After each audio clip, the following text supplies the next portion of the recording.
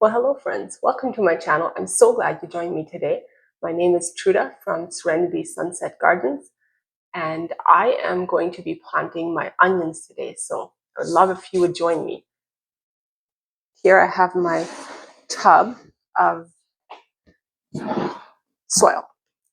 It is dry right now, but on the oven behind me here, I have hot boiling water. It was boiling just minutes ago. I'm going to take my hot water, dump it into my soil here. And this is to make it nice and moist, but also I do it as a preventative for fungus gnats and stuff like that. If you put hot water into your soil, it kills any of the fungus gnat eggs that are in here, which is what we want. We do not want fungus gnats later on as our plants are coming up. So this is something that I have done for a number of years yet already, and I have not had a problem with things like fungus gnats at all. So to me, it's definitely worth doing it.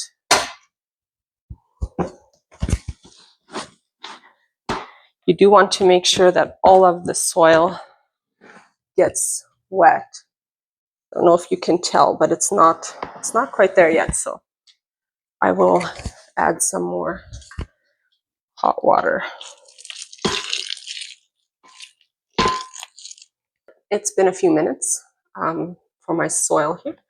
So let's see. Still steaming, so it's still hot. Might have to wait a little bit longer to actually get it to cool off. I'll stir it around a bit and see if it'll cool off. Let's see if we can do this now. So you don't want it to be dripping wet. That is too wet. You do want it to be dropping a few drops of water, and that was hot. I feel like I got this at a really good consistency right there. I don't know if you can see the steam, but it's still steaming. So it is hot. Now for my trays that I will be planting these onions in, I will use 2 trays, and I just took these trays right here and I punched holes into them. Not sure if you can see that, but just regular trays, punched holes into them, and then I have a tray that does not have holes in it. Yes, they are wet. I did wash them. Put the tray with the holes into the tray. Does not have holes in it. I'll fill this with dirt, put my seeds in, and then when it comes to transplanting, I will pull them all apart and plant them separately in the garden. So this is my 3rd year of doing onions, starting my onions from seed.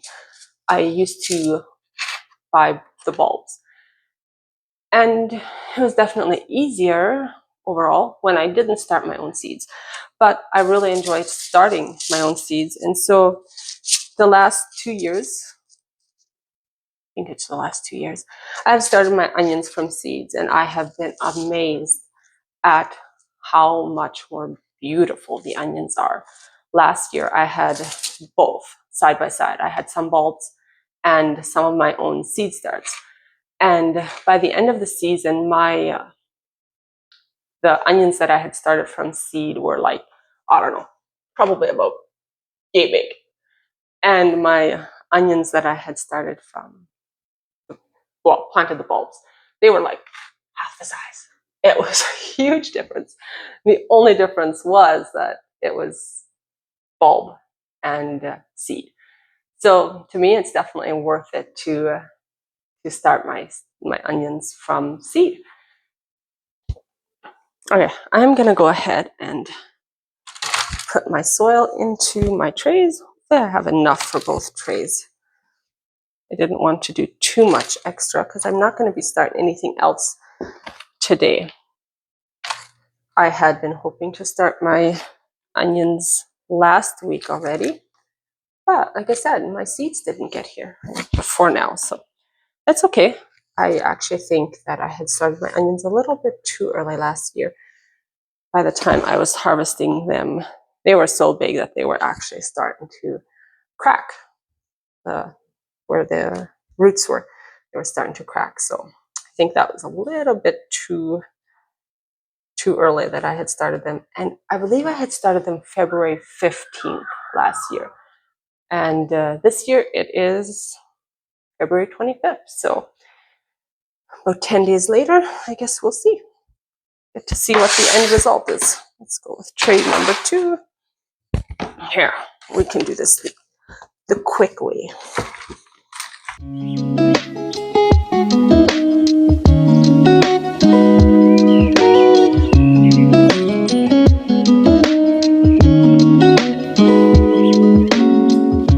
I use ProMix soil. I have had very good success with my ProMix soil. Last year, I believe it was, yes, last year, I went and got a kind from Costco, and it was cheap, which I thought was a great idea then, because I do a lot of seed starts, and so I figured, why not get cheap soil? Well, that soil it did not work out. It wouldn't retain any moisture. That was the biggest thing. And so I had to water my plants daily to even get them to germinate. And so the seeds that I had planted in that soil were way behind. So that was very, very disappointing. But now I learned my lesson. I am not buying that soil anymore. So if you are having problems with your seed starts not wanting to germinate properly and then just being stunted, maybe check out your soil. It could be that. Okay, so I just took the whole bag of seeds, packet, I suppose is what you would call it, and I'm putting all of them in here. If I need to transplant before they go into the garden, I will do that. I will just watch them and see how the roots are doing. I do trim the tops. So then I should have kept back some soil to put over top. Let's see, maybe we can work it in.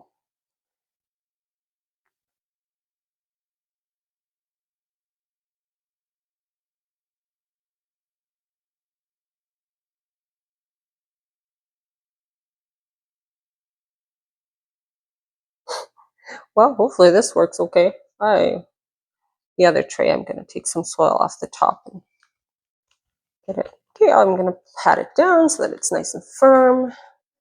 You don't want to pack it down, but I'm going to pat it down.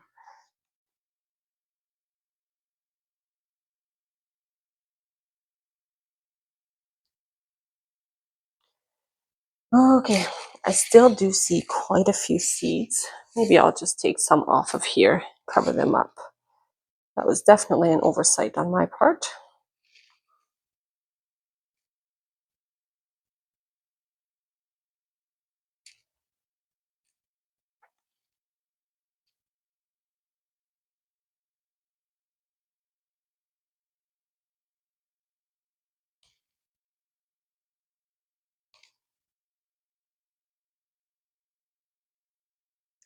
All right, I think that is good. And now I might be wise to not forget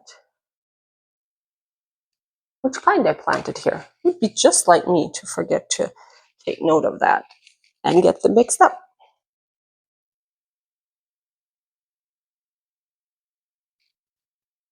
Okay, I think that looks good. Tray number 1 done. All right, on to the next tray. Okay, we are going to take some soil off the top. And by now the soil has cooled way down. It's warm, which I actually do like because I feel like it really helps to get those seeds off to a good start. Okay, let's see. I think that maybe I should take a little bit more out.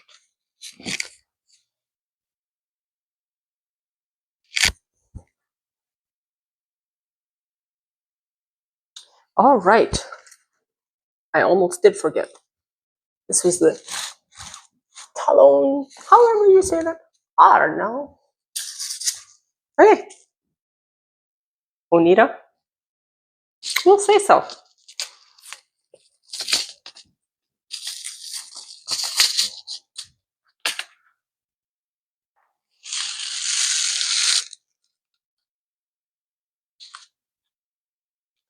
Well, these are black seeds.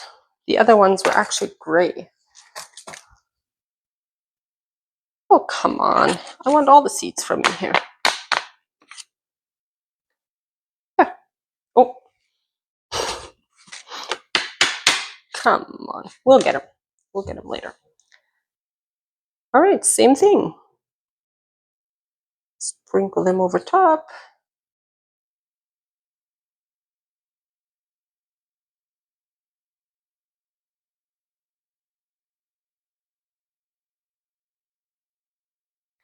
I do feel like I might have to transplant these before I bring them out into the garden, plant them in the garden, because it actually ends up being more than I had anticipated. Itchy nose.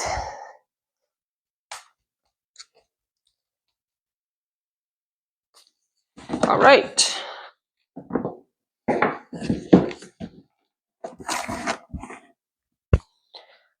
Let's put a sprinkle of the soil over top.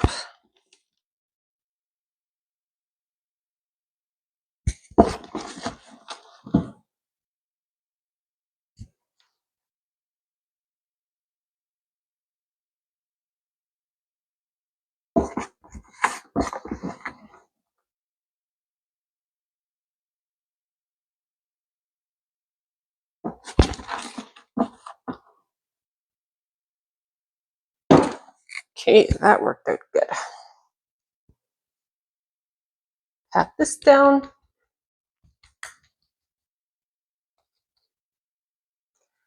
Now, I just realized before I started this that I don't think I have any markers left for this. So maybe for right now, I'll just keep the packet on top to know what's what, and then I'll get something figured out for my markers. Here they are. I got my onions underneath my lights. I haven't turned my lights on yet, but I will do that right now.